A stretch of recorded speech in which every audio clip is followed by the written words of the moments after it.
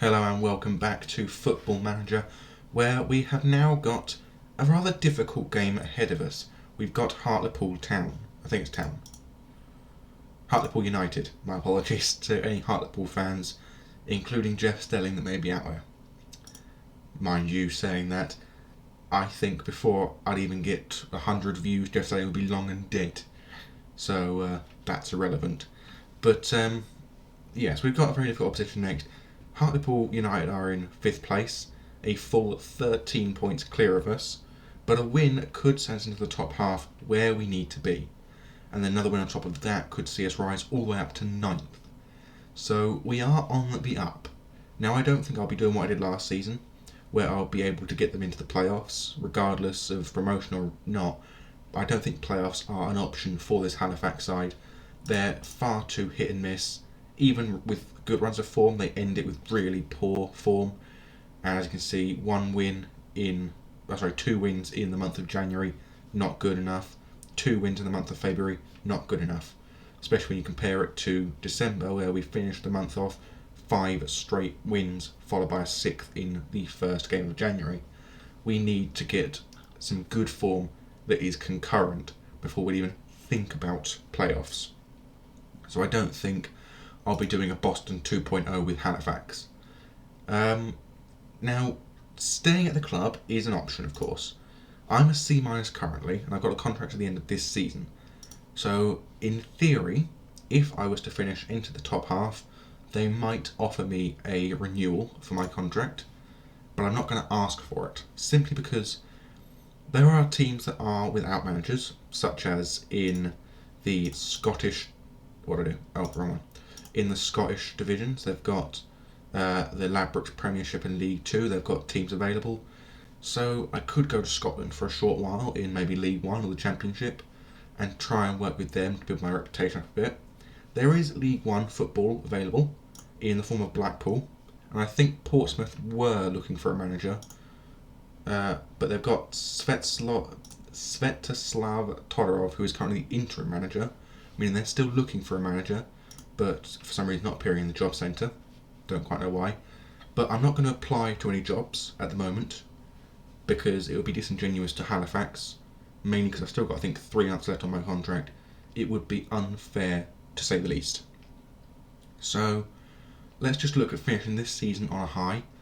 In other words, in the top half. But, yeah, for now, let's just focus on that. So, let's quickly go to the team sheet. I don't believe I've actually made any changes to the team. No, I haven't. The team's exactly the same. Tyler Magloire is currently available, although according to this, only 60 minutes of action. Could work into it.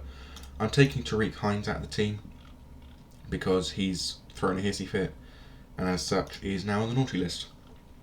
As has Liam O'Driscoll, who's also thrown a hissy fit and is now also on the naughty list. So he's going to be on the bench. Actually, no, he's going to start in place of Maya as a no-nonsense fullback, just so we can get some control on that right wing, because for some reason that is where a lot of our goals have been coming from. How is he at centre-back? I think it's just 3-star in general across the entire thing, because I was going to take Tom Bradbury out for him so we have an even stronger defence, but no, I don't think it'll work. I am looking for a new left back to replace Bakayoko, mainly because Bakayoko is now 2.5 star, which isn't good enough, I don't think. So it would be a better option for it, I think. One thing I will do is I'm going to change this from cautious to positive, because we want to be attacking. So direct counter-attack from, say, a corner kick, 2 or 3 players up already on the field, smashing the ball over the top, looking to get them in behind. So let's go forward to this match then. So only one change. 4 players currently lack tactical familiarity with the team mentality, which is odd, seeing as how we were playing with a positive mentality in the first formation from the start of my time here all the way until that poor run of form in January. So I'm not sure. Oh, my apologies, I did not read the teams that were playing for Halifax. So let's just quickly say we'll win comfortably and Pause. Right. It would, wouldn't it? Molyneux with a free kick, swings it in, headed away by Bradbury, only to Shelton. Gets a cross back in again, who will score from Ryan Johnson in the first 50 seconds with his first ever Hartlepool goal. And let's now skip that and pause. Right, so in goal for Hartlepool they have Henrik Ravas with Daniel Dodds, Timi Odesina, Ryan Johnson, Williams Kokolo, Nicky Featherstone, Christ Junior Tei, Mark Shelton, Ryan Donaldson, Luke Molyneux and Mason Bloomfield, whilst on the bench Ben Killip, Ben Eriksson, Tom Crawford, Rhys Oates and David Ferguson. Now Rhys Oates is familiar with us, obviously last game he played for our Boston side and was instrumental in 2 of the promotions from the National League and from League 2. Whilst on our team, you know every single player, same team except for Tyler Magloire in for Niall Mayer.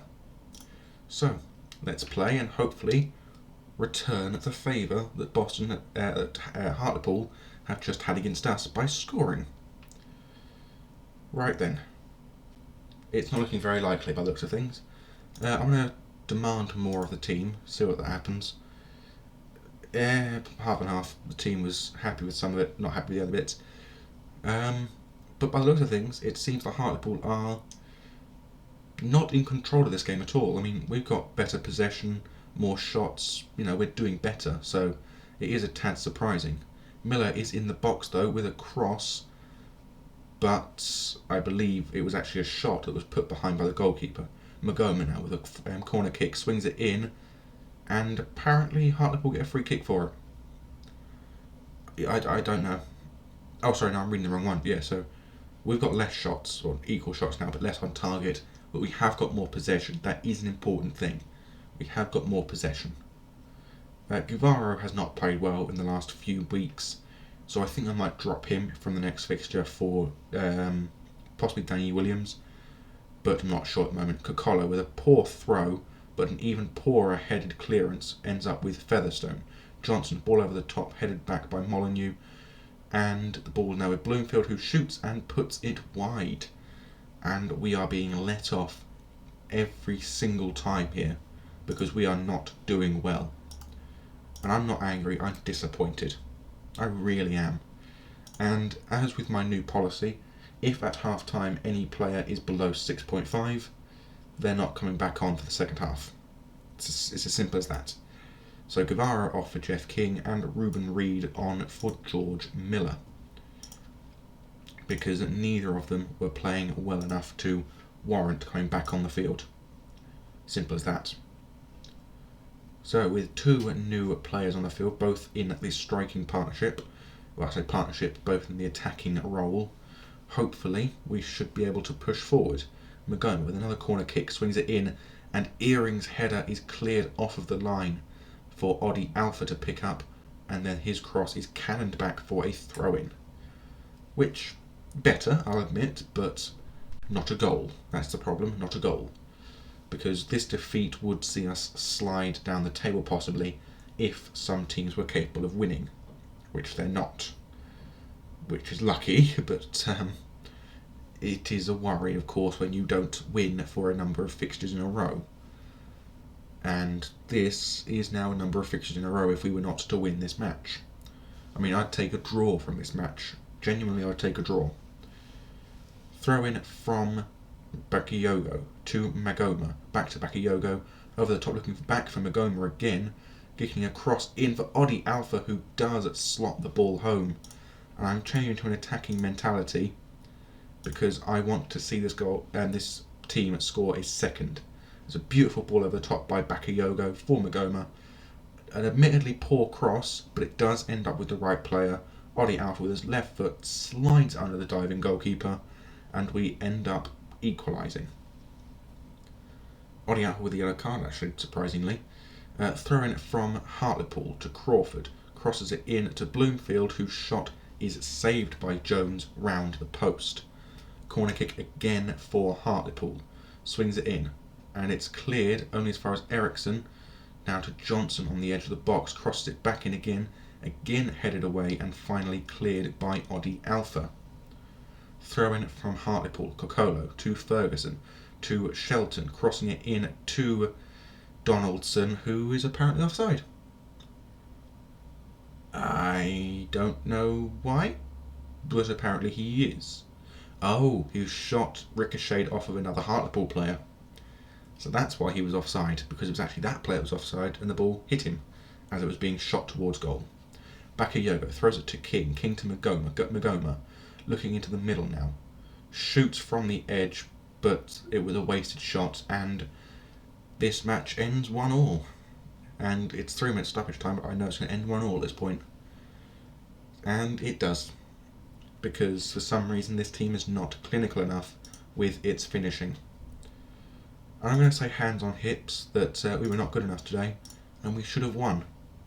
2 draws in a row now does mean we are still unbeaten for a fairly long time, but I'd rather have a winning streak than an unbeaten run.